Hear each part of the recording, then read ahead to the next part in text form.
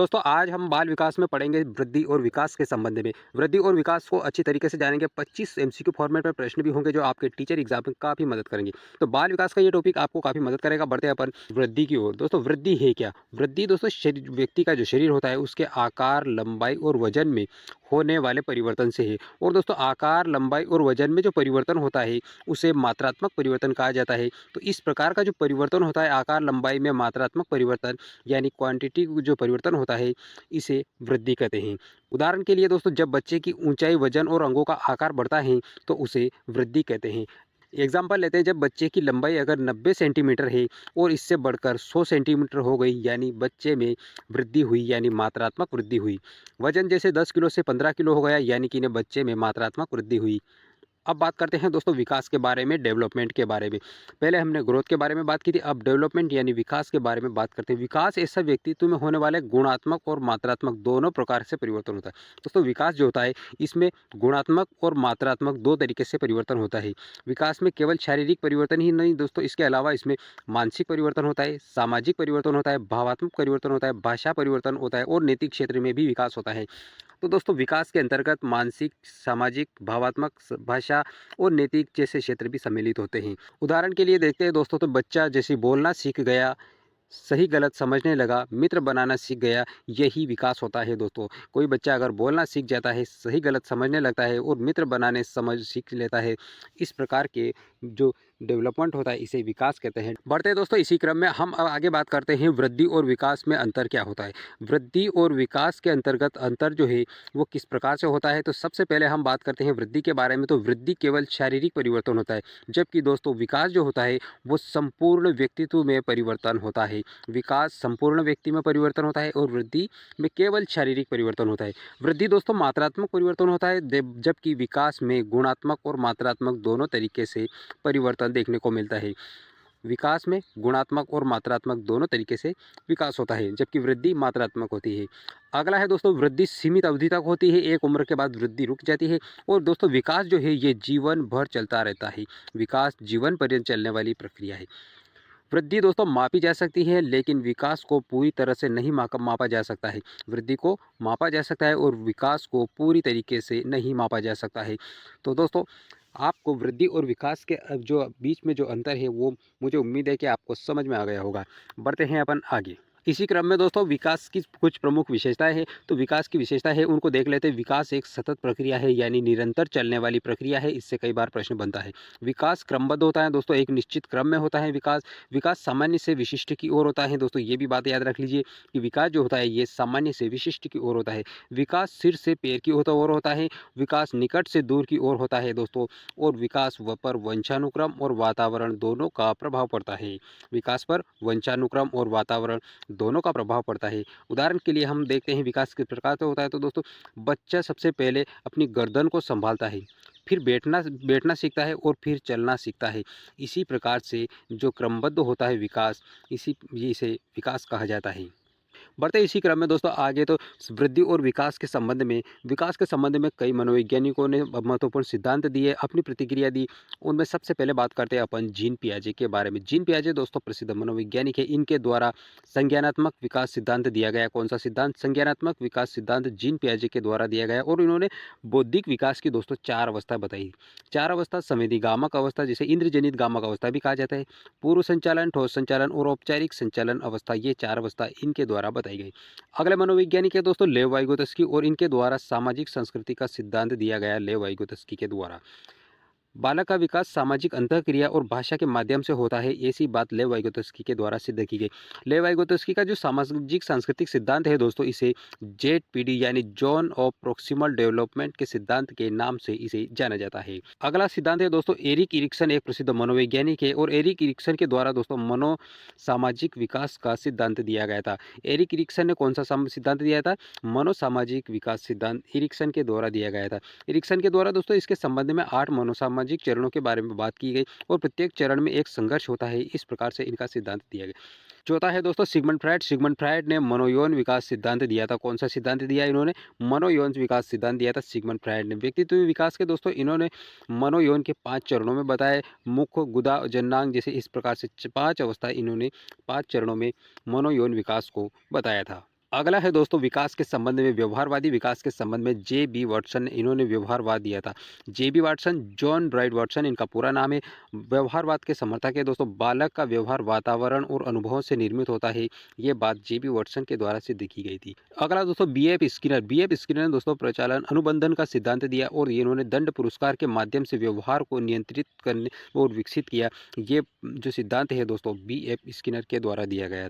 अगला है दोस्तों पावलोव, इवान पेट्रोविच पावलोव इनका पूरा नाम है। इन्होंने शास्त्रीय अनुबंधन का सिद्धांत दिया और दोस्तों उद्दीपक अनुक्रिया के संबंध में सीखना होता है, ये बात पावलोव के द्वारा सिद्ध की गई थी। 8वें मनोवैज्ञानिक है दोस्तों अल्बर्ट बंडूरा। इन्होंने सामाजिक अधिगम का सिद्धांत दिया और दोस्तों सामाजिक अधिगम का जो सिद्धांत है इसमें अनुकरण यानी मॉडलिंग के माध्यम से बालक सीखता है, ये बात इनके द्वारा सिद्ध की गई। अगला है दोस्तों लॉरेंस कोहलबर्ग। लॉरेंस कोहलबर्ग बहुत प्रसिद्ध मनोवैज्ञानिक है। इन्होंने नैतिक विकास का सिद्धांत दिया। नैतिक विकास में दोस्तों इन्होंने 3 स्तर और 6 चरणों के बारे में बात की।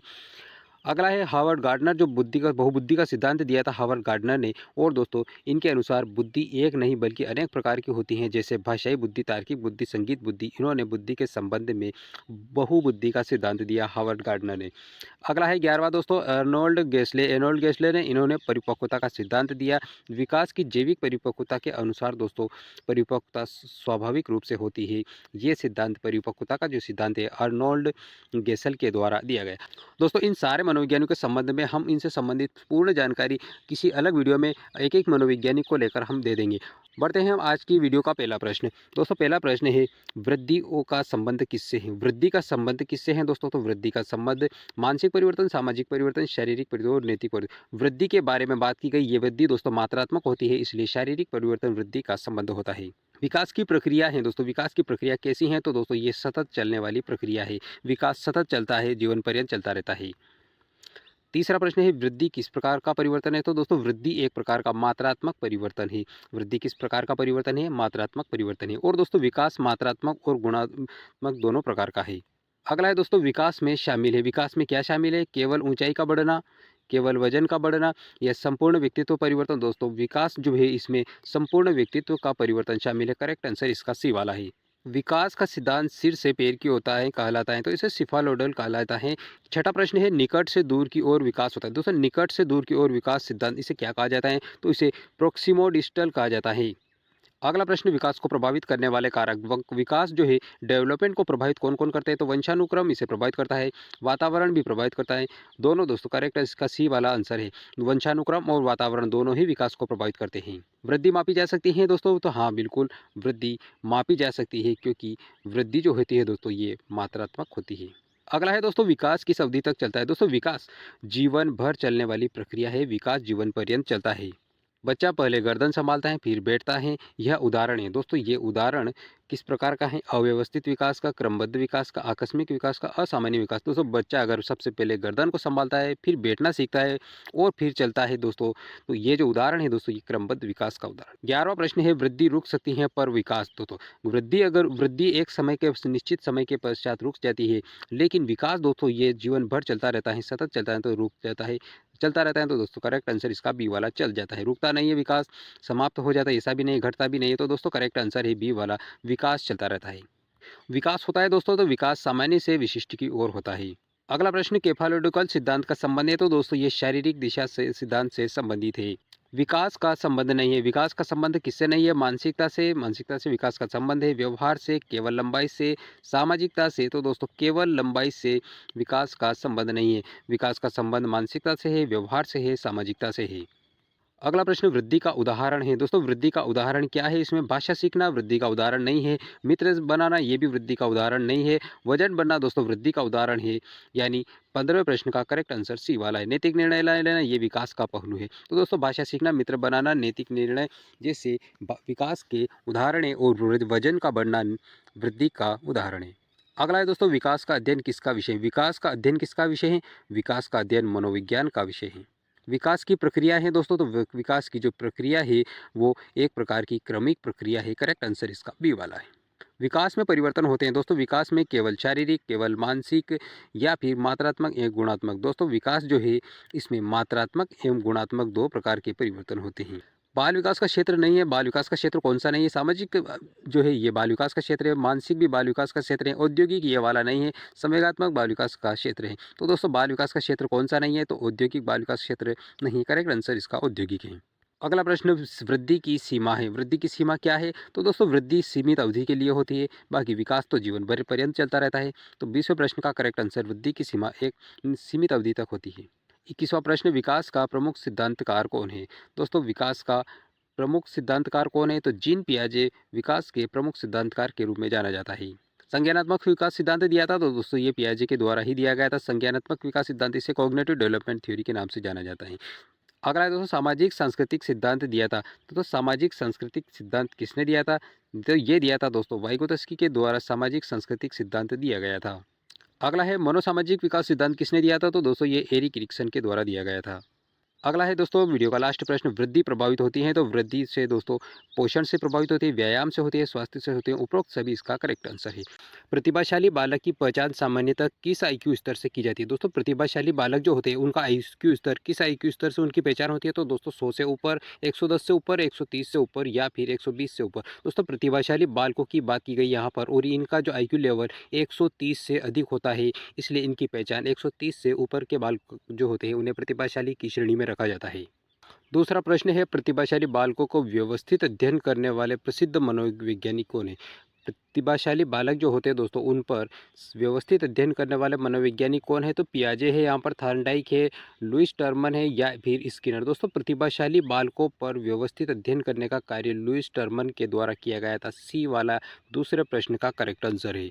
तीसरा प्रश्न है प्रतिभाशाली बालकों को उनकी क्षमता के अनुसार अधिक चुनौतीपूर्ण सामग्री देना क्या कहलाता है? दोस्तों प्रतिभाशाली बालक जो होते हैं उनकी क्षमता के अनुसार अधिक चुनौतीपूर्ण सामग्री देना इसे समृद्धिकरण कहा जाता है। क्या कहा जाता है? इसे समृद्धिकरण कहा जाता है। त्वरण नहीं कहा जाता है, उसे पुनरावृत्ति भी नहीं और उच्च उपचारात्मक शिक्षण भी नहीं, समृद्धिकरण कहा जाता है। अगला है दोस्तों चौथा प्रश्न प्रतिभाशाली बालकों को जल्दी उच्च कक्षा में भेजने की विधि क्या कहलाती है? प्रतिभाशाली बालक जो होते हैं दोस्तों जिनका आईक्यू लेवल 130 से अधिक होता है वे जल्दी उच्च कक्षा में भेजने की विधि को क्या कहा जाता है? तो उसे त्वरण कहा जाता है। क्या कहा जाता है? उसे त्वरण कहा जाता है। समावेशन नहीं कहा जाता है, मूल्यांकन अलग चीज़ है और मार्गदर्शन भी नहीं। त्वरण कहा जाता है जल्दी उच्च कक्षा में भेजने को। पांचवा प्रश्न है प्रतिभाशाली बालकों की एक प्रमुख विशेषता क्या होती है? दोस्तों प्रतिभाशाली बालक है उनकी यहाँ पर 4 विशेषता दी गई, कौन सी एक विशेषता है और 4 कौन सी नहीं है? तो दोस्तों पहला है कम जिज्ञासा नहीं, प्रतिभाशाली बालकों की जिज्ञासा अधिक होती है। धीमे सीखने की गति नहीं, ये बालक तीव्र गति से सीख जाते हैं। उच्च जिज्ञासा और रचनात्मकता, दोस्तों करेक्ट आंसर तो सी वाला ही है। उच्च जिज्ञासा और रचनात्मकता पाई जाती है प्रतिभाशाली बालकों को। कम स्मृति भी नहीं होती, उनकी स्मृति भी बहुत अधिक होती है। तो पांचवें प्रश्न का करेक्ट आंसर सी है। छठा प्रश्न है प्रतिभाशाली बालकों की पहचान के लिए कौन सा तरीका अधिक उपयुक्त है? उनकी पहचान के लिए कौन सा तरीका सबसे अधिक उपयुक्त है? केवल लिखित परीक्षा नहीं, केवल साक्षात्कार ये भी नहीं हो सकता दोस्तों। केवल आईक्यू टेस्ट, शिक्षण अवलोकन और उपलब्धि परीक्षण। और डी वाला है दोस्तों मौखिक परीक्षण। दोस्तों प्रतिभाशाली बालकों की पहचान के लिए हम केवल लिखित परीक्षा से ही उनकी पहचान नहीं कर सकते और केवल साक्षात्कार से भी नहीं कर सकते और केवल मौखिक से भी नहीं कर सकते। उनका परीक्षण करने के लिए हमें आईक्यू टेस्ट करना होगा, शिक्षक के द्वारा उसका अवलोकन किया जाएगा और उपलब्धि परीक्षण के माध्यम से प्रतिभाशाली बालक की पहचान की जा सकेगी। तो करेक्ट आंसर क्या है? इसकी प्रमुख पहचान किससे होगी? सी वाला इसके लिए करेक्ट आंसर है। सातवां प्रश्न है प्रतिभाशाली बालकों की सीखने की गति सामान्यतः कैसी होती है? दोस्तों प्रतिभाशाली बालक जो होते हैं ये तेज गति से सीखते हैं, इसलिए इसका करेक्ट आंसर से तीव्र गति से सीखते हैं। आठवां है प्रतिभाशाली बालक सामान्य कक्षा में अक्सर किस समस्या का अनुभव करते हैं?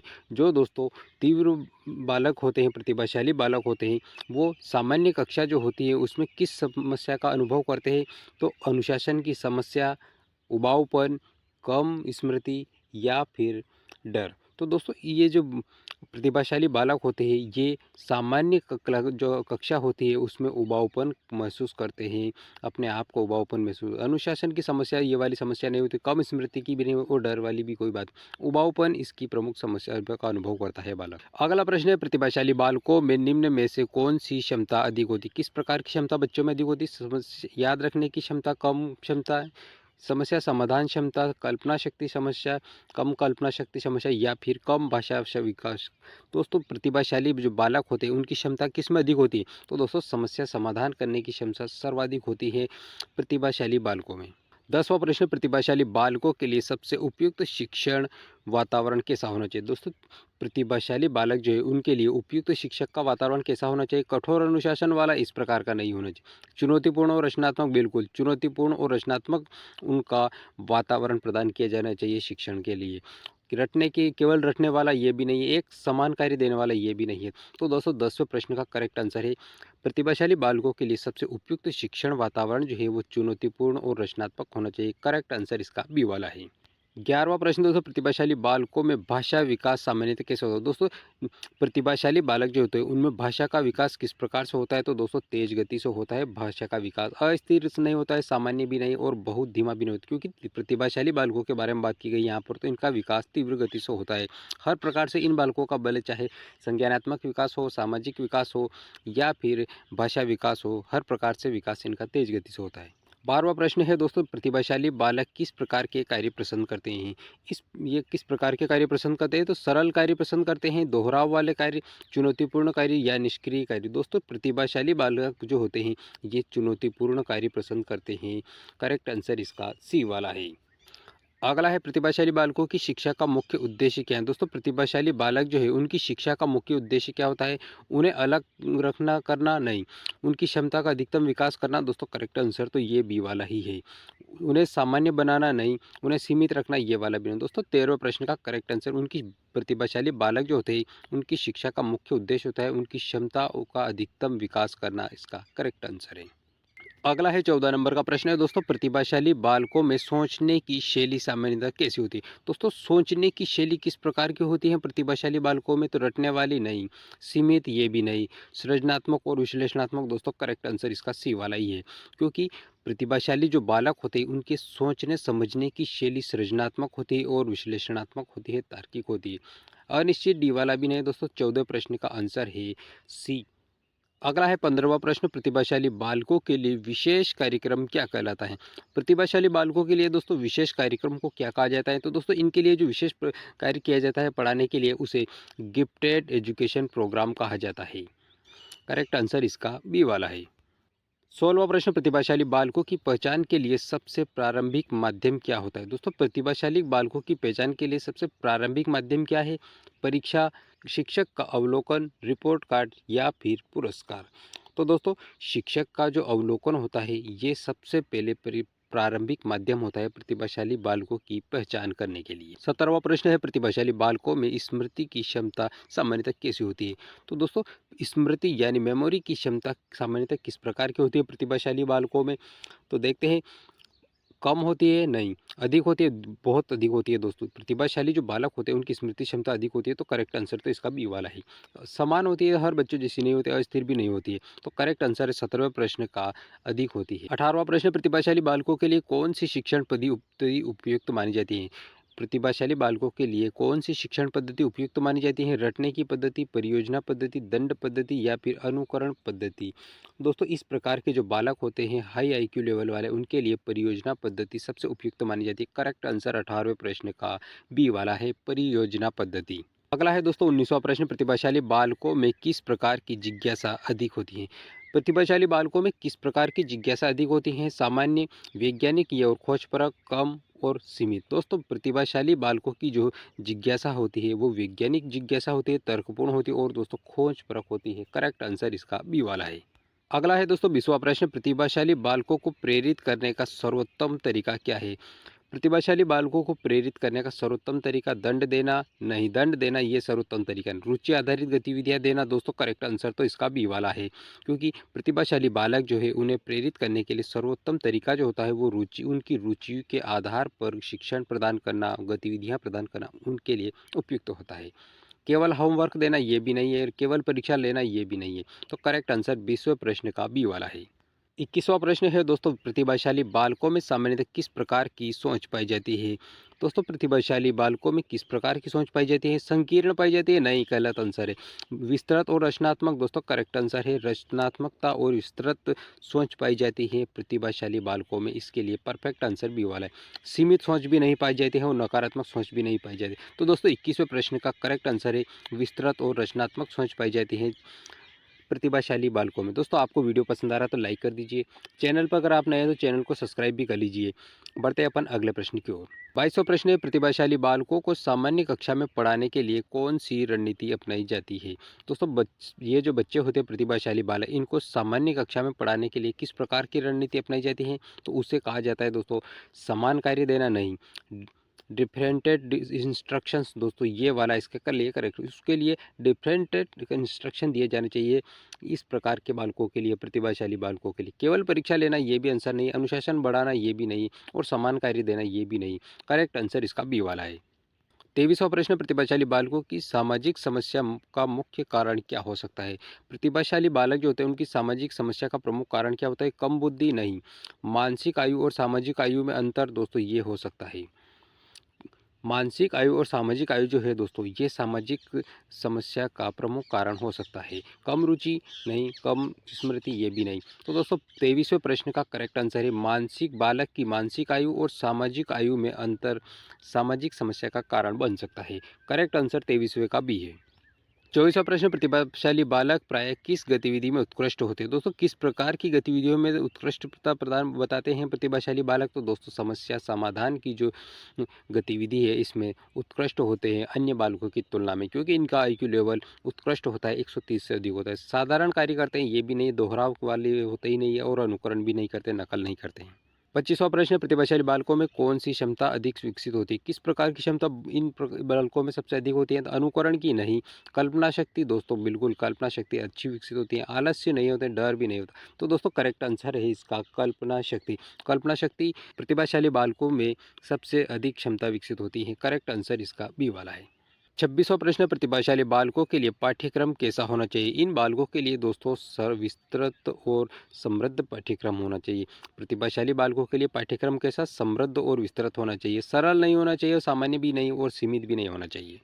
27वां प्रश्न, प्रतिभाशाली बालकों के विकास के लिए शिक्षक की क्या भूमिका? दोस्तों शिक्षक एक नियंत्रक होता है, मार्गदर्शक होता है, निरीक्षक या दंडदाता? दोस्तों किसी भी प्रकार का नहीं। शिक्षक जो होता है दोस्तों ये एक मार्गदर्शक के रूप में होता है, न कि नियंत्रक के रूप में, न ही निरीक्षक और न ही दंडदाता।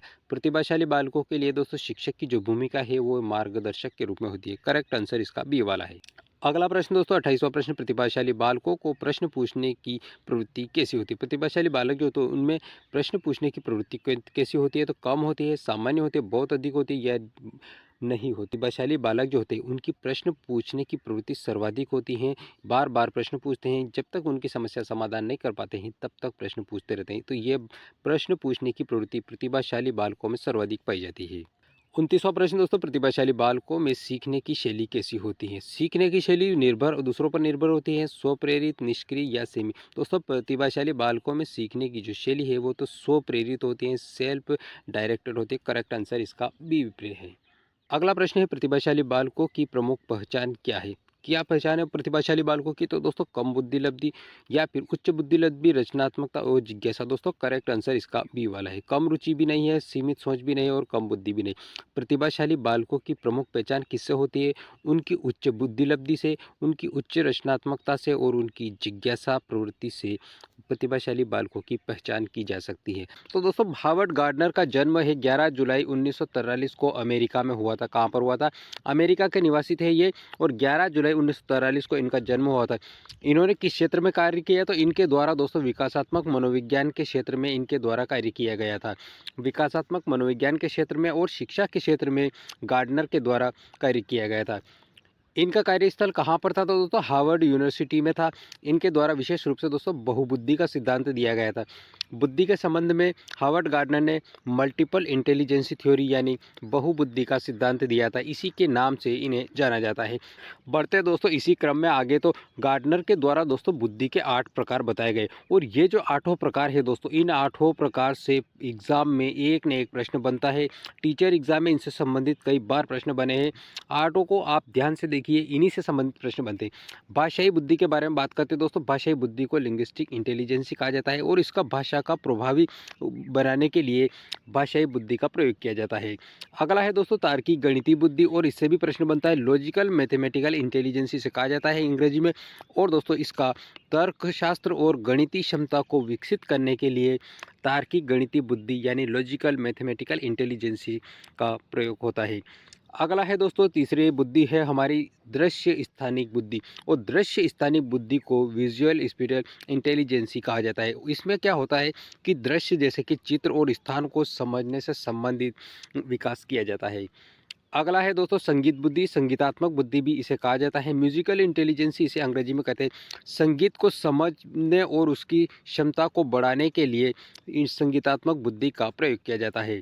शारीरिक गतिशील बुद्धि बॉडीली किनेस्थेटिक इंटेलिजेंसी कहा जाता है, और शरीर के माध्यम से कार्य करना शारीरिक गति बुद्धि कहलाता है। अगला है दोस्तों पारंपरिक बुद्धि। पारंपरिक बुद्धि दोस्तों इंटरपर्सनल इंटेलिजेंसी इसे कहा जाता है, यानी कि दूसरों की समझने की क्षमता। और दोस्तों आत्मपरक बुद्धि, जो आत्मपरक बुद्धि जो होती है इसे इंटरपर्सनल इंटेलिजेंसी कहा जाता है, और ये स्वयं को समझने की क्षमता विकसित होती है इस बुद्धि के माध्यम से। प्राकृतिक बुद्धि दोस्तों नेचुरलिस्ट से संबंधित है। नेचुरलिस्ट इंटेलिजेंसी इसे कहा जाता है। इसके द्वारा दोस्तों प्राकृतिक समझ, जीव जंतुओं की समझ विकसित करने के लिए प्राकृतिक बुद्धि का प्रयोग किया जाता है।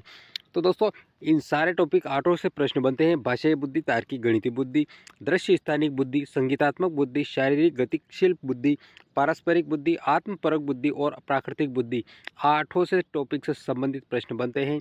बढ़ते अपन पहले प्रश्न की ओर। तो पहला प्रश्न है दोस्तों हमारा बहुबुद्धि सिद्धांत किस मनोवैज्ञानिक के द्वारा दिया गया। तो दोस्तों ये हार्वर्ड गार्डनर के द्वारा दिया गया था बहुबुद्धि का सिद्धांत। नेक्स्ट प्रश्न है बहुबुद्धि का सिद्धांत किस वर्ष प्रस्तुत किया गया। तो दोस्तों ये हार्वर्ड गार्डनर के द्वारा 1983 में इसे प्रस्तुत किया गया था। बहुत इंपॉर्टेंट है, पूछा भी गया कई बार एग्जाम में यह प्रश्न। बढ़ते अपन तीसरे प्रश्न की ओर। तो बहुबुद्धि सिद्धांत किस पुस्तक में प्रकाशित हुआ। बहुबुद्धि का सिद्धांत दोस्तों frames of mind the theory of multiple intelligences नामक पुस्तक है, इसमें प्रकाशित हुआ, और इस पुस्तक से संबंधित भी प्रश्न बनता है।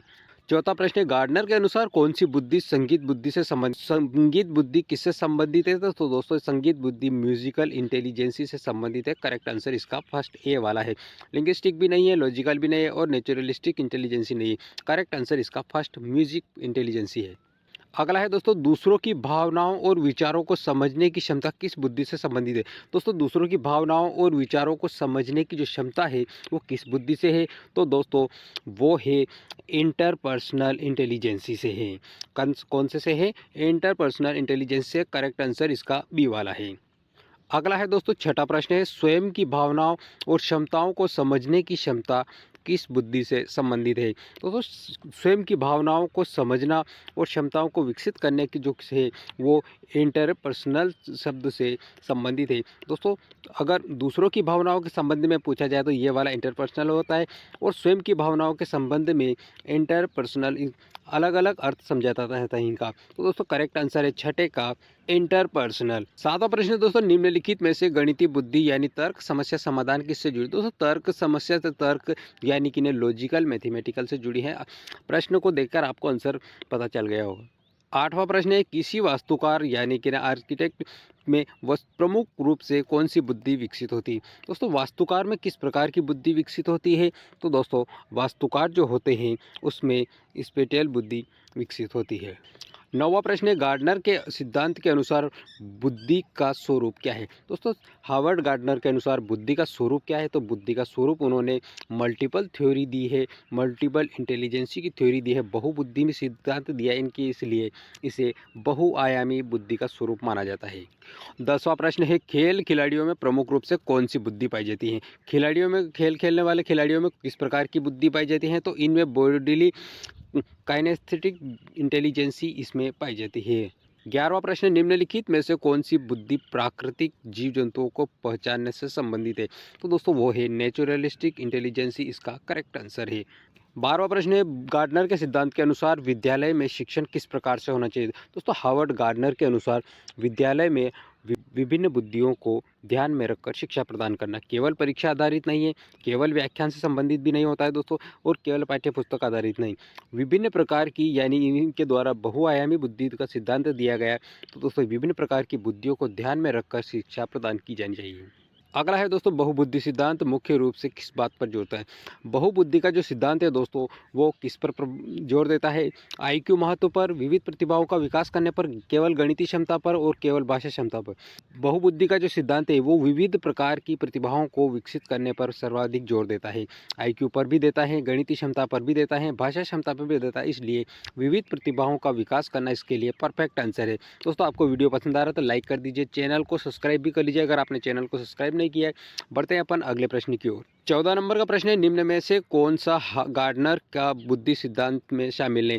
कौन सा जो बुद्धि यहाँ पर दिए गए 4 ऑप्शन उनमें से गार्डनर की बुद्धियों में शामिल नहीं। कौन सा म्यूजिकल इसमें शामिल है दोस्तों, लिंग्विस्टिक भी शामिल है, इमोशन ये वाला शामिल नहीं है दोस्तों, और नेचुरलिस्ट ये भी शामिल है, प्राकृतिक। तो दोस्तों करेक्ट आंसर है कौन सी बुद्धियों में शामिल नहीं है, तो दोस्तों इमोशन जो है ये इसमें शामिल नहीं है। अगला है बहुबुद्धि सिद्धांत शिक्षा के किस दृष्टिकोण को बढ़ावा देता है। बहुबुद्धि सिद्धांत मल्टीपल इंटेलिजेंस थ्योरी किस दृष्टिकोण को बढ़ावा देता है।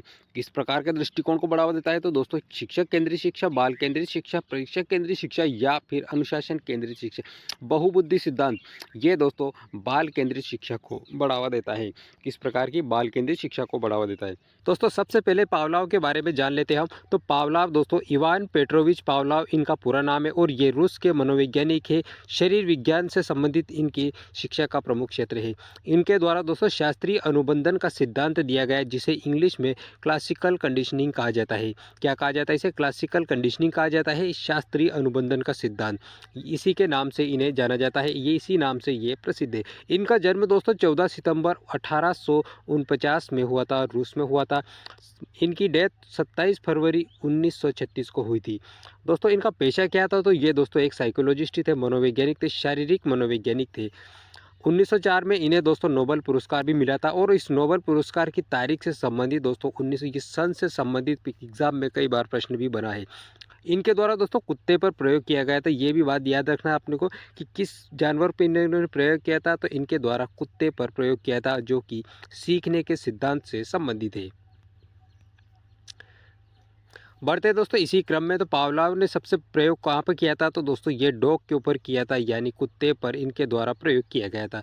कुत्ते को दोस्तों भोजन जो दिया गया है उसके भोजन दिया जाता है उसके संबंध में।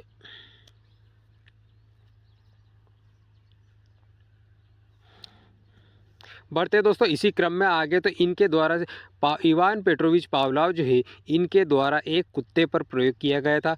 कई बार दोस्तों इस कुत्ते को भोजन दिया गया और भोजन के देने के बाद उसके मुंह में लार आना एक स्वाभाविक सी प्रक्रिया थी। बढ़ते दोस्तों इसी क्रम में, तो पावलोव जो थे दोस्तों इवान पेट्रोविच पावलोव इन्होंने कुत्ते पर प्रयोग किया था। किस पर किया था, कुत्ते के ऊपर प्रयोग किया था। कुत्ते को सबसे पहले इन्होंने भोजन दिया जिसकी वजह से कुत्ते के मुंह में लार आई, ये इनका द्वारा प्रयोग किया गया था। सबसे पहले कुत्ते को भोजन दिया गया जिसके परिणाम स्वरूप कुत्ते के मुंह में लार आई। भोजन देने के बाद दोस्तों फिर घंटी बजाई गई और यह प्रक्रिया बार बार दोहराई गई। ये जो प्रोसेस है दोस्तों इसे बार बार करने के बाद कुछ समय बाद क्या होता है कि केवल घंटी बजने से ही कुत्ते के मुंह में लार आने लगती है, यानी उसका अनुबंधन हो जाता है। इसी कारण दोस्तों इससे ये सिद्ध होता है कि सीखना उद्दीपन और स्टिमुलस और प्रतिक्रिया रिस्पॉन्स से संबंधित होता है। तो सीखना किससे संबंधित होता है, उद्दीपन और प्रतिक्रिया से संबंधित होता है। पावलोव के इस सिद्धांत के संबंध में मुख्य तत्व कौन कौन से हैं, तो दोस्तों सबसे पहले तो इसके संबंध में है भोजन है। अनकंडीशनड स्टिमुलस यानी भोजन इसका प्रमुख तत्व है। अनकंडीशनड रिस्पॉन्स यानी कि भोजन को देकर कुत्ते के मुंह में लार आना, ये इसका दूसरा मुख्य तत्व है। कंडीशनड स्टिमुलस क्या है, तो दोस्तों ये एक प्रकार की घंटी की जो घंटी बजाकर उस कुत्ते के मुंह में लार आना, ये एक प्रक्रिया बार बार दोहराने से केवल कुत्ता घंटी से ही उसके मुंह में लार आती है, यानी कि कंडीशनड स्टिमुलस की ओर होती है। अगला है दोस्तों कंडीशनड रिस्पॉन्स, यानी कि घंटी का आवाज़ को सुनकर ही लार आना, यानी कि बिना भोजन दिए ही ये प्रक्रिया बार बार दोहराने पर केवल घंटी की आवाज़ सुनकर ही कुत्ते के मुंह में लार आना, इसे कंडीशनड रिस्पॉन्स कहा जाता है। दोस्तों इन्हीं तत्वों से संबंधित प्रश्न बनते हैं एग्जाम में। पावलोव का जो सिद्धांत है दोस्तों, इसका विद्यार्थियों के लिए शिक्षा के क्षेत्र में क्या महत्व है, तो दोस्तों इससे क्या होता है कि अच्छी आदतें को विकास करने में ये सिद्धांत मदद करता है। भय और गलत आदतें बदली जा सकती है इसकी वजह से। कक्षा में प्रेरणा और अनुशासन बनाए रखने में ये सिद्धांत मदद करता है।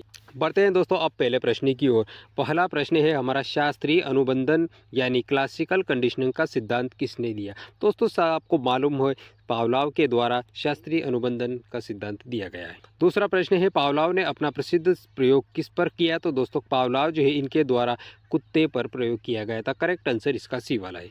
तीसरा प्रश्न है, पावलोव के प्रयोग में भोजन क्या है। दोस्तों ये इसी से संबंधित प्रश्न बना है। पावलोव के प्रयोग में भोजन क्या है, तो दोस्तों पावलोव के इस प्रयोग में भोजन अनकंडीशनड स्टिमुलस है।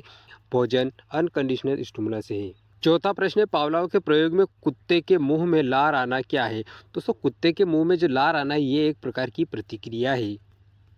पांचवा प्रश्न है, घंटी की आवाज़ क्या बन जाती है प्रयोग के बाद। दोस्तों ये घंटी की आवाज़ बाद में क्या बन जाती है, ये बार बार प्रयोग करने के बाद तो क्या बन जाती है, तो इसे कहा जाता है दोस्तों, ये बन जाती है कंडीशनड स्टिमुलस बन जाती है। क्या बन जाती है, कंडीशनड स्टिमुलस बन जाती है। बी वाला इसका करेक्ट आंसर है।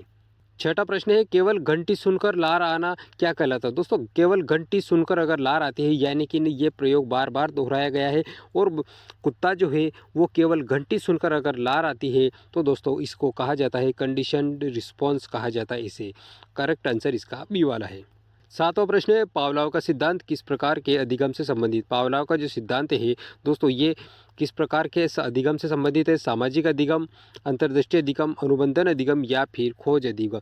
दोस्तों पावलोव का सिद्धांत किससे संबंधित, अनुबंधन, एक प्रकार का अनुबंधन स्थापित हो रहा है इसलिए अनुबंधन अधिगम से संबंधित है।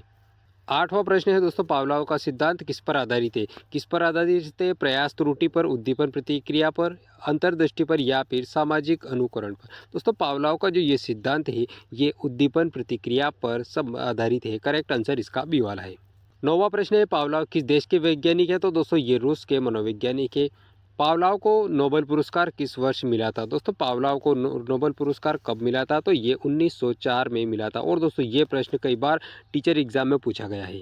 अगला प्रश्न है 11वां प्रश्न, क्लासिकल कंडीशनिंग का संबंध किससे है। दोस्तों क्लासिकल कंडीशनिंग का संबंध किससे, तो दोस्तों पावलोव जो है ये एक प्रकार की व्यवहारवादी मनोवैज्ञानिक है इसलिए इसका करेक्ट आंसर तो ए वाला व्यवहारवादी। संरचनावादी नहीं है, कार्यात्मकवाद भी नहीं है, मानववाद भी नहीं। दोस्तों करेक्ट आंसर इसका ए वाला व्यवहारवादी है, क्लासिकल कंडीशनिंग।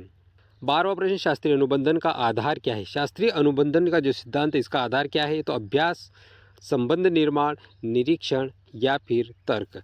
तो दोस्तों शास्त्रीय अनुबंधन का जो सिद्धांत है इसका आधार संबंध निर्माण, एक प्रकार का संबंध का निर्माण होता है, रिलेशन होता है। 13वां प्रश्न है, पावलोव का सिद्धांत किस प्रकार के व्यवहार से संबंधित है। पावलोव का जो संबंध है दो सिद्धांत है ये किस प्रकार के व्यवहार से संबंधित है। ऐच्छिक व्यवहार से, अनैच्छिक व्यवहार से, सामाजिक व्यवहार से या फिर बौद्धिक व्यवहार से। दोस्तों पावलोव का जो सिद्धांत है ये अनैच्छिक व्यवहार से संबंधित है। करेक्ट आंसर इसका बी वाला है। 14 नंबर का प्रश्न है, पावलोव का सिद्धांत किस प्रकार के अधिगम का उदाहरण। पावलोव का ने जो सिद्धांत दिया शास्त्रीय अनुबंधन का ये किस प्रकार के अधिगम का उदाहरण है, तो दोस्तों ये किस प्रकार का है, ये एक प्रकार का अनुबंधन स्थापित होता है इसमें, इसीलिए इसे अनुबंधित अधिगम के सिद्धांत के नाम से भी जाना जाता है। तो ये एक प्रकार का अनुबंधित अधिगम है। करेक्ट आंसर इसका बी वाला है, न कि प्रत्यक्ष है, न सामाजिक अधिगम और न ही अंतर्दृष्टि। करेक्ट आंसर इसका बी वाला है। दोस्तों आपको वीडियो पसंद आ रहा है तो लाइक कर दीजिए, चैनल पर आप नए हैं तो चैनल को सब्सक्राइब भी कर लीजिए। बढ़ते अपन अगले प्रश्न की ओर। अगला प्रश्न है 15 नंबर का प्रश्न, पावलोव के प्रयोग में प्रारंभ में घंटी क्या है। तो शुरुआत में घंटी क्या स्थान रखती है, तो दोस्तों ये न्यूट्रल स्टिमुलस का स्थान रखती है, न्यूट्रल रहती है प्रारंभ में। तो करेक्ट आंसर इसका फर्स्ट वाला है। कंडीशनड स्टिमुलस भी नहीं है, अनकंडीशनल रिस्पॉन्स ये भी नहीं है और रेनफोर्समेंट ये भी नहीं है। 16वां प्रश्न है दोस्तों, क्लासिकल कंडीशनिंग का मुख्य सिद्धांत क्या है। क्लासिकल कंडीशनिंग का मुख्य सिद्धांत क्या है, तो अभ्यास, उद्दीपन, अनुप्रतिक्रिया संबंध, निरीक्षण या फिर अनुकरण। दोस्तों शास्त्रीय अनुबंधन का जो सिद्धांत है क्लासिकल कंडीशनिंग इसका मुख्य सिद्धांत क्या है, तो दोस्तों इसका सिद्धांत है उद्दीपन प्रतिक्रिया में संबंध स्थापित होना, इसका करेक्ट आंसर है। 17 नंबर का प्रश्न है, पावलोव के अनुसार सीखना किससे होता है। सीखना किससे होता है पावलोव के अनुसार, तो दोस्तों पावलोव के अनुसार सीखना अनुभव से होता है, अनुकरण से होता है, उद्दीपन प्रतिक्रिया के संबंध से होता है या फिर तर्क से होता है। दोस्तों आपको ऑप्शन देखकर पता चल गया कि पावलोव का जो सिद्धांत है इसमें उद्दीपन और प्रतिक्रिया से संबंध के माध्यम से सीखना होता है, इसलिए करेक्ट आंसर इसका सी वाला है। 18वां प्रश्न है, पावलोव का सिद्धांत शिक्षा में किसके लिए उपयोगी? तो दोस्तों शिक्षा में किसके लिए उपयोगी है? आदत निर्माण के लिए, गणित सीखना, भाषा सीखना, रचनात्मक सीखना। दोस्तों पावलोव का जो सिद्धांत है ये आदत निर्माण करने के लिए सबसे अधिक उपयोगी है। गलत आदतों को समाप्त करने और अच्छी आदतों का निर्माण करने में पावलोव का सिद्धांत काफ़ी मदद करता है। 19वां प्रश्न है, पावलोव के सिद्धांत का मुख्य प्रयोग किस पर आधारित है? इवान पेट्रोविच पावलोव जो है इनका जो प्रयोग है वो मुख्यतः किस पर आधारित है? तो दोस्तों ये चूहे पर, कुत्ते पर, बिल्ली पर, बंदर पर। दोस्तों हमने पहले पढ़ ही लिया है कि ये कुत्ते पर आधारित है। अगला प्रश्न, पावलोव का सिद्धांत किस नाम से जाना जाता है? किसे और किस नाम से जाना जाता है? तो operant conditioning, classical conditioning, insight learning या ट्रायल एंड एरर। दोस्तों पावलोव का जो सिद्धांत है इसे क्लासिकल कंडीशनिंग के नाम से जाना जाता है। बहुत ही इंपॉर्टेंट प्रश्न, कई बार एग्जाम में बना। दोस्तों नैतिक विकास आखिर में होता क्या है? तो दोस्तों सही गलत के बारे में सोचने, निर्णय लेने, तर्क करने की क्षमता को नैतिकता कहते हैं। इसी प्रकार का जो विकास होता है, सोचने, निर्णय लेने और तर्क संबंधित क्षमता को विकसित करना नैतिक विकास कहलाता है। दोस्तों बच्चा जब जन्म लेता है तब उसमें किसी प्रकार की नैतिकता नहीं होती है, नैतिकता का अभाव पाया जाता है। और दोस्तों धीरे धीरे जब वह समाज और परिवार के संपर्क में आता है और अनुभव करता है तो उससे नैतिक विकास जो होता है उसके गुणों का विकास होता है, नैतिक गुणों का विकास होता है बच्चों में। नैतिकता जो होती है दोस्तों ये व्यवहार ही नहीं होती है बल्कि ये जो सोच है ये मॉरल रीजनिंग यानी कि नैतिक तर्क पर आधारित होती है। दोस्तों नैतिकता का जो सिद्धांत है, कोहलबर्ग का ये सिद्धांत का आधार जीन पियाजे का जो संज्ञानात्मक सिद्धांत है, कॉग्निटिव डेवलपमेंट सिद्धांत, इसी पर आधारित है। दोस्तों इस पर आधारित इसलिए है क्योंकि जो सोच जो है दोस्तों, कॉग्निशन वो विकसित होती है तभी नैतिकता का विकास होता है, तभी नैतिकता विकसित होती है। इसलिए दोस्तों नैतिकता का जो सिद्धांत है वो जीन पियाजे के सिद्धांत से पर आधारित है। दोस्तों इसी क्रम में आगे तो कोहलबर्ग जो है उनके द्वारा नैतिकता के संबंध में 3 स्तर बताए गए। कौन कौन से स्तर बताए गए? तो सबसे पहला तो बताया गया इनके द्वारा पूर्व परंपरागत स्तर, दूसरा है परंपरागत स्तर और तीसरा है दोस्तों उत्तर परंपरागत स्तर। हम सबसे पहले चर्चा करते हैं दोस्तों पूर्व परंपरागत स्तर के बारे में। पूर्व परंपरागत स्तर जो है दोस्तों ये बच्चों में लगभग 4 से 10 वर्ष की उम्र के बच्चों में पाया जाता है, इसे पूर्व परंपरागत स्तर कहा जाता है। और दोस्तों इसमें नैतिकता का आधार दंड और पुरस्कार के माध्यम से सिद्ध किया जाता है। इस अवस्था में पूर्व परंपरागत स्तर में दंड और पुरस्कार से संबंधित होता है। और दोस्तों इन्हीं से संबंधित प्रश्न बनेंगे आगे जाकर कि दंड और पुरस्कार की विकास की कौन सी अवस्था में है? तो ये पूर्व परंपरागत स्तर पर है यानी कि पहले स्टेज पर है। पूर्व परंपरागत स्तर में दोस्तों 2 चरण है। कौन कौन से? तो पहला जो चरण है इसमें क्या होता है, नैतिकता के जो सिद्धांत है इसके अनुसार पूर्व परंपरागत स्तर में 2 चरण है। पहले चरण में दंड और आज्ञा पालन, अभिविन्यास और बच्चा सही वही मानता है जिसे दंड न मिले उसे वो सही मानता है, यानी कि मैं चोरी नहीं करूँगा क्योंकि चोरी करने से उसे बच्चे को सजा मिलेगी। और दोस्तों ये जो सिचुएशन है ये पूर्व परंपरागत स्तर के अंतर्गत आती है, यानी कि फर्स्ट लेवल में आती है। और नैतिकता का जो ये सिद्धांत है इसे प्रथम चरण के नाम से इसे जाना जाता है। और ये दोस्तों इसी से संबंधित आगे जाकर आपको प्रश्न देखने को मिलेगा। दूसरे चरण में क्या कहा गया है कोहलबर्ग के द्वारा? दोस्तों व्यक्तिगत लाभ जो होता है, अभिविन्यास, बच्चा वही काम करता है जिससे उसे फायदा हो। यहाँ पर दोस्तों फायदे की बात की गई, अगर बच्चे को कुछ मिलेगा तो तभी मैं मदद करूँगा, ये बात दूसरे चरण में आपको देखने को मिलेगी। दोस्तों आगे अगला है हमारा दूसरा स्तर, कौन सा है? तो वो है परंपरागत स्तर। परंपरागत स्तर दोस्तों कन्वेंशनल लेवल, इस स्तर पर क्या होता है दोस्तों, ये जो स्तर है ये किशोरावस्था और वयस्क अवस्था में पाया जाता है, यानी 12 से 18 वर्ष की जो अवस्था होती है ये परंपरागत स्तर के अंतर्गत आती है। इसमें क्या होता है कि नैतिकता का जो आधार है दोस्तों ये समाज के नियमों और स्वीकृति से संबंधित पाया जाता है। ये प्रश्न पूछा जाता है दोस्तों कि समाज के नियमों और स्वीकृति से संबंधित कौन सी अवस्था है कोहलबर्ग की? तो दोस्तों वो परंपरागत स्तर है। और इन्हीं से संबंधित आगे प्रश्न बनेंगे। परंपरागत स्तर में भी दोस्तों 2 चरण है। कौन सा? दूसरा चरण, तीसरा चरण और चौथा चरण।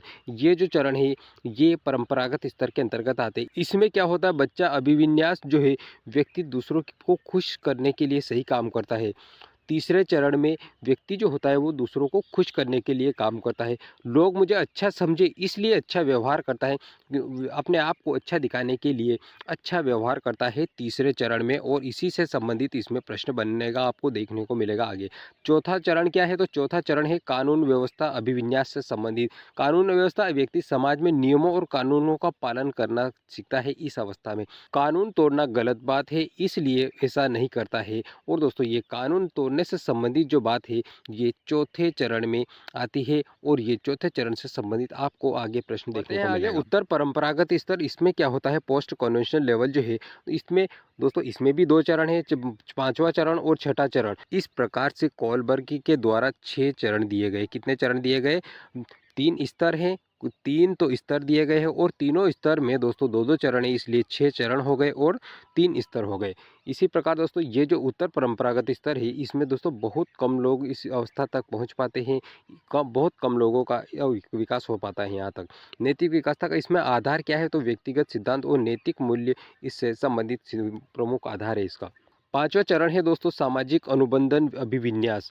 दोस्तों सामाजिक अनुबंधन अभिविन्यास व्यक्ति समझता है कि नियम समाज के लिए हित के लिए, तो नियम जो बनाए जाते हैं ये समाज के हित के लिए बनाए जाते हैं, और ज़रूरत पड़ने पर इन नियमों को बदला भी जा सकता है, यानी यदि कानून गलत है तो उसे बदला जा सकता है। ये बात पाँचवें चरण में की गई है, और दोस्तों इससे संबंधित प्रश्न देखने को आपको आगे मिलेगा। छठा चरण है दोस्तों सार्वभौमिक नैतिक सिद्धांत। सार्वभौमिक नैतिक सिद्धांत जो है दोस्तों ये अपने नैतिक सिद्धांतों न्याय समानता पर चलता है, और ये सही वही है जो मानव के लिए सही है, चाहे कुछ भी कहे। ये बात छठे चरण में आपको देखने को मिलेगी। तो दोस्तों आपको समझ में आ गया होगा कि सारे चरण आपके लिए काफ़ी महत्वपूर्ण है। इन चरणों से संबंधित प्रश्न बनते हैं टीचर एग्जाम। दोस्तों अब हम बात करते हैं नैतिक विकास से संबंधित प्रश्नों के बारे में। 20 एमसीक्यू है जो आपके टीचर एग्जाम के लिए काफ़ी महत्वपूर्ण है। पहला प्रश्न है हमारा, नैतिक विकास का सिद्धांत किसने दिया था? दोस्तों नैतिक विकास का सिद्धांत किसने दिया था? जीन पियाजे, BF Skinner, Lawrence Kohlberg, Sigmund Freud. नैतिक विकास का सिद्धांत लॉरेंस कोहलबर्ग के द्वारा दिया गया है, तो लॉरेंस कोहलबर्ग इसका परफेक्ट आंसर है। करेक्ट आंसर इसका सी वाला, नैतिक विकास का सिद्धांत कोहलबर्ग के द्वारा दिया गया। दूसरा प्रश्न है कोहलबर्ग का सिद्धांत किस पर आधारित है? किस पर आधारित है? व्यवहार पर आधारित है, बुद्धि पर, तर्क पर, नैतिक तर्क पर, या फिर भावना पर? दोस्तों को नैतिक तर्क के बारे में हम बात कर रहे हैं, तो कोहलबर्ग का सिद्धांत है दोस्तों ये नैतिक तर्क पर आधारित है। करेक्ट आंसर इसका नैतिक तर्क है। अगला प्रश्न, कोहलबर्ग के अनुसार नैतिक विकास के कुल स्तर क्या है? दोस्तों कोहलबर्ग के अनुसार नैतिक विकास के कुल स्तर कितने हैं? तो दोस्तों वो 3 स्तर है।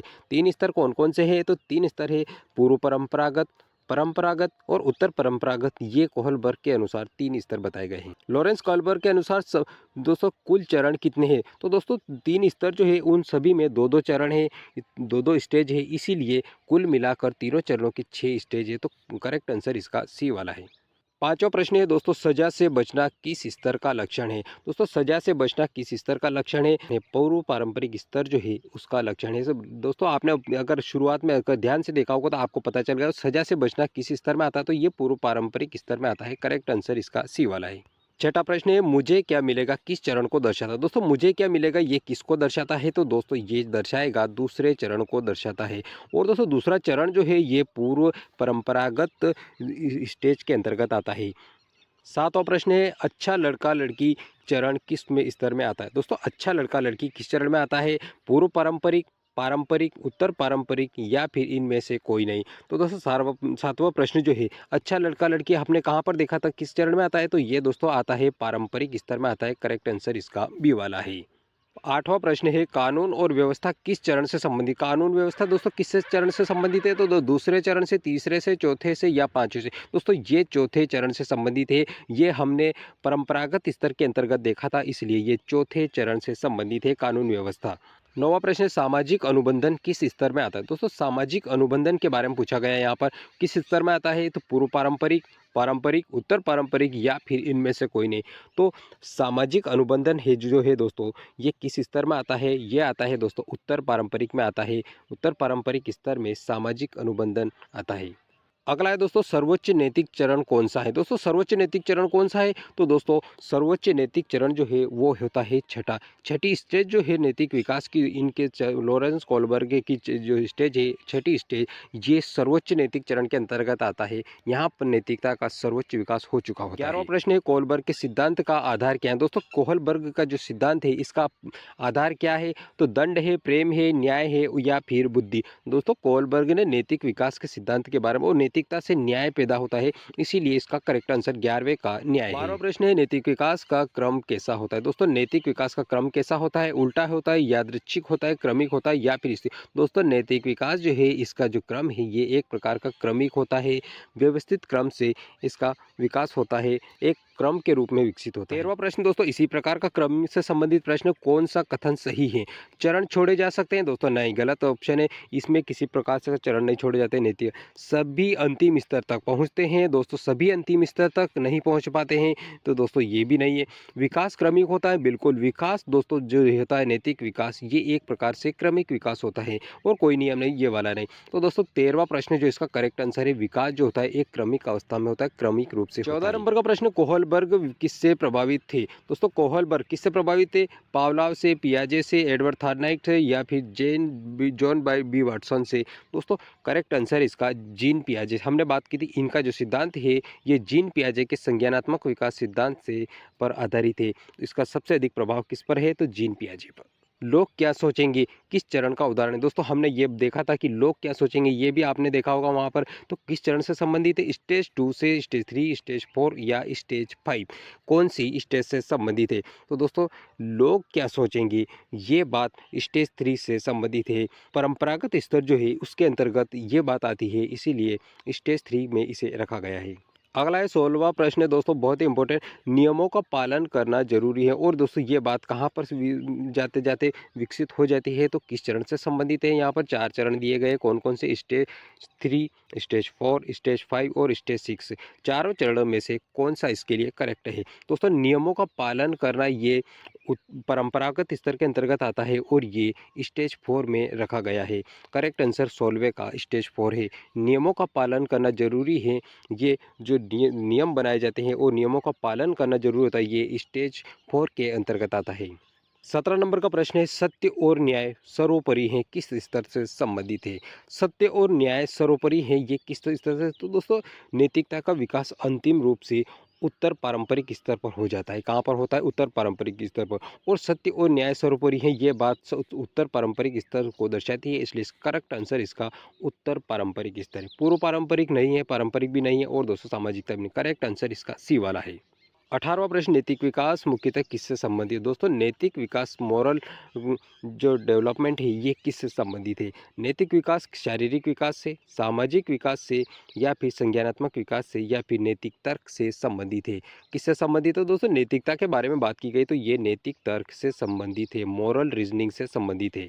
अगला प्रश्न है 19वां प्रश्न, कोहलबर्ग के अनुसार कौन सा स्तर सबसे कम आयु में होता है। दोस्तों कोहलबर्ग के अनुसार कौन सा स्तर सबसे कम आयु में होता है, तो पारंपरिक, उत्तर पारंपरिक, पूर्व पारंपरिक या फिर सामाजिक, तो कौन सा होता है। तो दोस्तों ये सबसे कम आयु में, सबसे पहला स्तर कौन सा है इनका, तो पूर्व पारंपरिक स्तर। तो दोस्तों पूर्व पारंपरिक स्तर जो है ये सबसे कम आयु में आता है।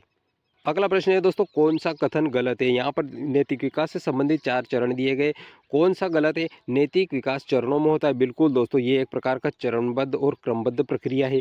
हर व्यक्ति अंतिम स्तर तक पहुँचता है। दोस्तों हर व्यक्ति अंतिम स्तर तक नहीं पहुँच पाता है, क्योंकि अंतिम स्तर जो है उत्तर परंपरागत स्तर तक हर व्यक्ति नहीं पहुँच पाता, इसलिए ये वाला इसका गलत आंसर है। क्रमिक विकास होता है, विकास क्रमिक होता है। दोस्तों विकास एक प्रकार के क्रम से होता है।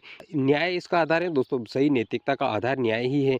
तो दोस्तों 20वें प्रश्न का करेक्ट आंसर है, कौन सा कथन गलत है, तो वो गलत है, हर व्यक्ति अंतिम स्तर तक नहीं पहुंच पाता है, तो नहीं पहुंच पाता, इसका करेक्ट आंसर है। दोस्तों किशोरावस्था वह संक्रमण काल होता है जो बाल्यावस्था और प्रौढ़ावस्था के बीच का समय होता है। इस समय को दोस्तों ये जो समय होता है ये 12 से 18 वर्ष का होता है। कुछ मनोवैज्ञानिकों के अनुसार इसे 11 से 19 वर्ष का भी मानते हैं। स्टेनले हॉल एक प्रसिद्ध मनोवैज्ञानिक है। इनके अनुसार दोस्तों किशोरावस्था पर सबसे अधिक कार्य किया गया है। सबसे अधिक स्टडी स्टेनले हॉल के द्वारा किशोरावस्था के संबंध में की गई है। दोस्तों ये जो अवस्था है इसमें क्या होता है कि शारीरिक, मानसिक विकास और सामाजिक विकास और भावनात्मक रूप से बालक में तीव्र गति से परिवर्तन होता है। ये अवस्था जीवन की एक प्रकार की तूफान की अवस्था स्टेनले हॉल के द्वारा बताई गई है। बढ़ते दोस्तों इसी क्रम में आगे तो किशोरावस्था की विशेषताओं के बारे में जानते। किशोरावस्था की विशेषताओं में दोस्तों सबसे पहले आता है शारीरिक विकास। इस अवस्था में दोस्तों फिजिकल जो डेवलपमेंट होता है वो तेज गति से होता है और शारीरिक वृद्धि होती है तीव्र गति से। इस अवस्था में दोस्तों बच्चों में द्वितीयक जो लैंगिक गुणों का विकास होता है, यानी कि ने विषम लैंगिक गुणों का भी विकास होता है। बच्चा एक दूसरे की ओर अट्रैक्ट होने लगता है। दूसरा है दोस्तों मानसिक विकास। मानसिक विकास कॉग्निटिव डेवलपमेंट जो है इसमें क्या होता है कि अमूर्त चिंतन की भावना, एब्स्ट्रैक्ट थिंकिंग की भावना का विकास होने लगता है। बच्चे में अमूर्त चिंतन की भावना का विकास होता है किशोरावस्था के दौरान। और दोस्तों इस अवस्था में क्या होता है कि तर्क शक्ति बहुत ज़्यादा बढ़ जाती है। भावनात्मक स्थिरता दोस्तों, इमोशनल इनस्टेबिलिटी जो होती है वो गुस्सा, खुशी, उदासी जैसी जो भावनाएं जो है वो तेज़ी से बदलाव होता है उनमें। और दोस्तों संवेदनशीलता इस अवस्था में सर्वाधिक देखने को मिलती है।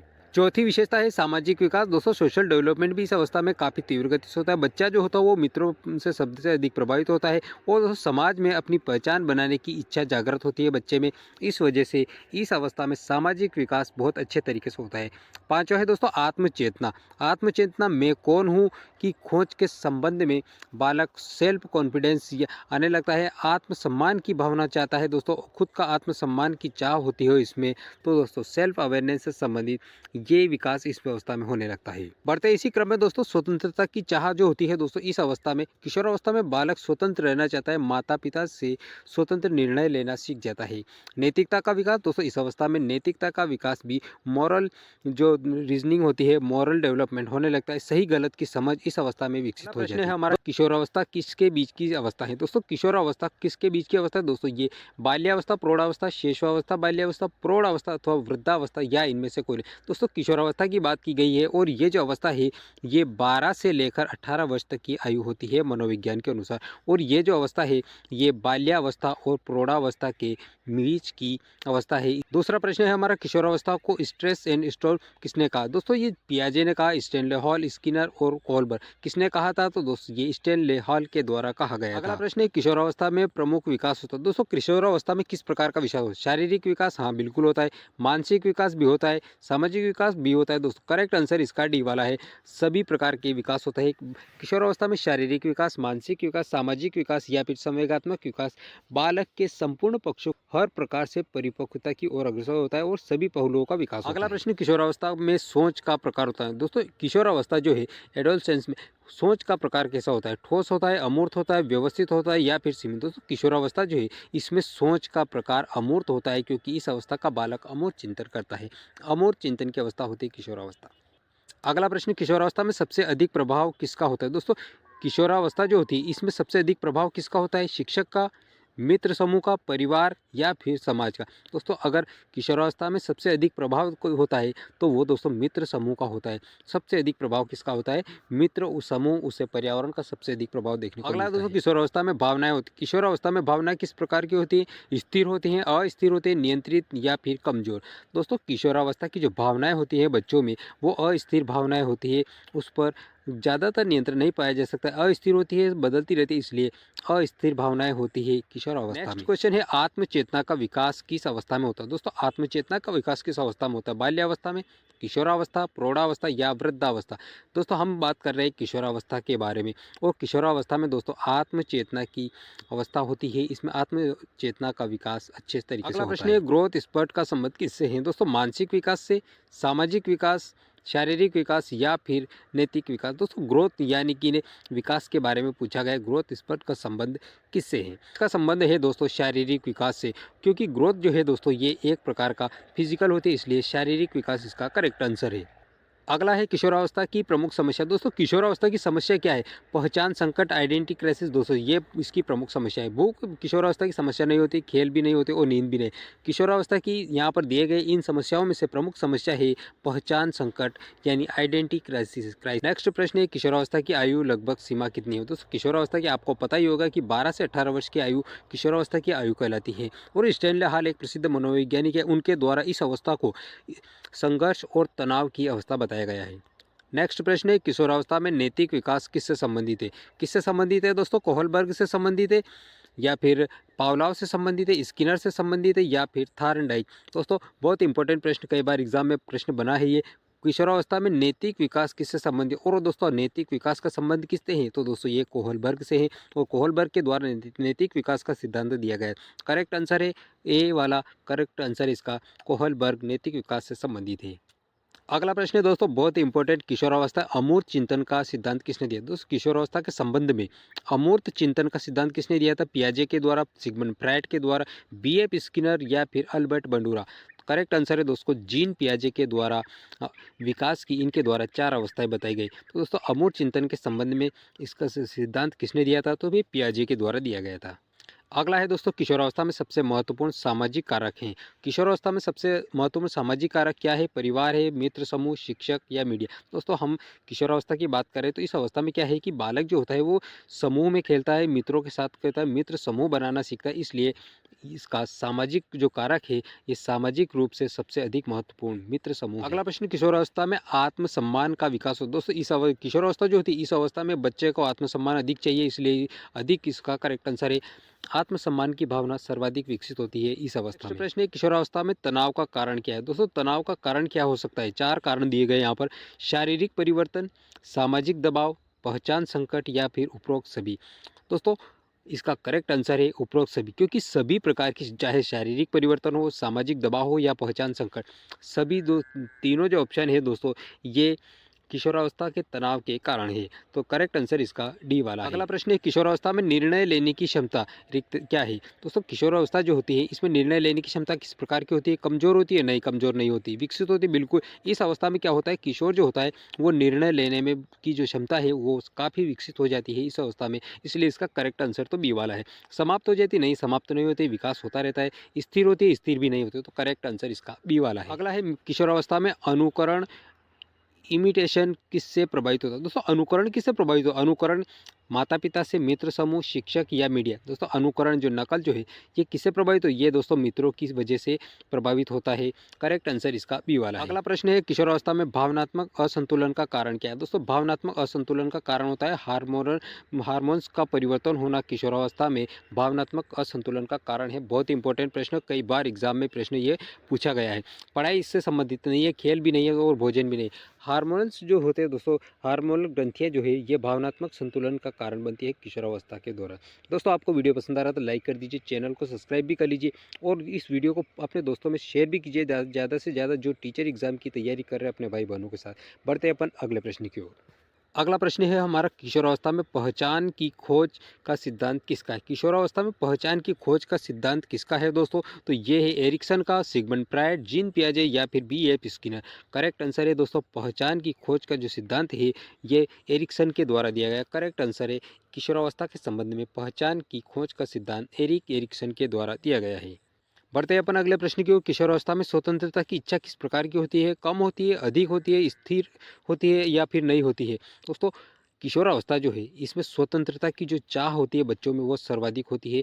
एडोलसेंस जो स्टेज है इसमें स्वतंत्रता की इच्छा सबसे अधिक होती है। करेक्ट आंसर इसका बी है। अगला प्रश्न है एरिक्सन के अनुसार किशोरावस्था में संघर्ष है, किशोरावस्था का संघर्ष किस प्रकार का है? विश्वास अविश्वास का? नहीं। विश्वास भूमिका भ्रम? दोस्तों करेक्ट आंसर है बी वाला। विश्वास बनाम भूमिका भ्रम जो है दोस्तों ये एरिक एरिक्सन के अनुसार किशोरावस्था में संघर्ष है। पहल अपराध ये नहीं है, उद्योग विहीनता भी नहीं है। करेक्ट आंसर इसका बी वाला है। अगला प्रश्न, किशोरावस्था में सामाजिक पहचान का विकास दोस्तों अधिक होता है। इस अवस्था में सामाजिक पहचान का विकास जो होता है सर्वाधिक मात्रा में होता है, इसका अधिक वाला करेक्ट आंसर है। अगला प्रश्न है किशोरावस्था में जोखिम लेने की प्रवृत्ति किस प्रकार की होती है? कम होती है? नहीं। अधिक होती है? बिल्कुल अधिक होती है। नहीं होती है? नहीं हो, ऐसा भी नहीं है। स्थिर? स्थिर भी नहीं। तो किशोरावस्था जो होती है इसमें जोखिम लेने की जो प्रवृत्ति है बच्चों में वो सर्वाधिक देखने को मिलती है।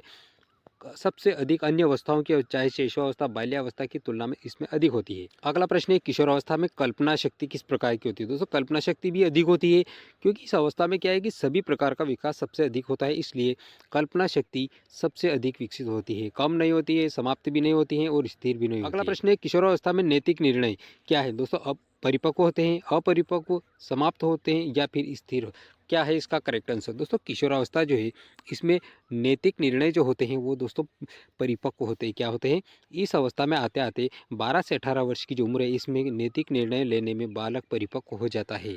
अगला प्रश्न है, किशोरावस्था में आत्म अवधारणा, सेल्फ कॉन्सेप्ट की अवधारणा होती है, किस प्रकार की होती है? विकसित होती है, बिल्कुल विकसित होती है, नहीं होती है, नहीं ये भी नहीं है, समाप्त ये नहीं है, स्थिर भी नहीं। दोस्तों किशोरावस्था जो इसमें आत्म अवधारणा जो है, सेल्फ कॉन्सेप्ट की जो बात है, ये सर्वाधिक विकसित होती है, इसलिए करेक्ट आंसर इसका फर्स्ट वाला विकसित होती है। बढ़ते हैं अपन अगले प्रश्न की ओर। किशोरावस्था में व्यवहार में परिवर्तन किस प्रकार से होता है? कम होता है, नहीं, अधिक होता है, बिल्कुल। किशोरावस्था में व्यवहार परिवर्तन जो है ये सर्वाधिक देखने को मिलता है, तो दोस्तों करेक्ट आंसर इसका बी वाला है। अगला प्रश्न है, किशोरावस्था में भावनात्मक संवेदनशीलता किस प्रकार की होती है? कम होती है, अधिक होती है, समाप्त हो जाती है या फिर स्थिर? तो किशोरावस्था में जो भावनात्मक संवेदनशीलता है ये सर्वाधिक देखने को मिलती है, करेक्ट आंसर इसका बी वाला है। अगला प्रश्न है, किशोरावस्था में सामाजिक स्वीकृति की चाह किस प्रकार की होती है? दोस्तों सामाजिक स्वीकृति किस प्रकार की चाहता है किशोरावस्था का बालक? तो दोस्तों ये अधिक सामाजिक स्वीकृति चाहता है इस अवस्था में। अगला प्रश्न है दोस्तों, बहुत ही इंपॉर्टेंट प्रश्न, किशोरावस्था में आत्मनिर्भरता के संबंध में पूछा गया। कम होती है आत्मनिर्भरता? नहीं, कम नहीं होती है। अधिक विकसित होती है? बिल्कुल अधिक विकसित होती है। नहीं होती है, ये भी नहीं है, और स्थिर, स्थिर भी नहीं रहती। किशोरावस्था में आत्मनिर्भरता आती है बालक में, और दोस्तों ये अधिक विकसित हो जाती है इस अवस्था में। दोस्तों वीडियो के सारे प्रश्न आपके टीचर एग्जाम के लिए काफ़ी महत्वपूर्ण थे। मुझे उम्मीद है कि आपको वीडियो पसंद आया है। अगर पसंद आया तो वीडियो को लाइक कर दीजिए, चैनल को सब्सक्राइब करना भी मत भूलिए, चैनल को सब्सक्राइब भी कर लीजिए। जो भाई बहन टीचर एग्जाम की तैयारी कर रहे हैं उनके पास वीडियो शेयर भी कर दीजिए, और कमेंट के माध्यम से बताइए कि आपको वीडियो कैसा लगा। मिलते हैं दोस्तों अगली क्लास में, तब तक के लिए आपको बहुत बहुत धन्यवाद।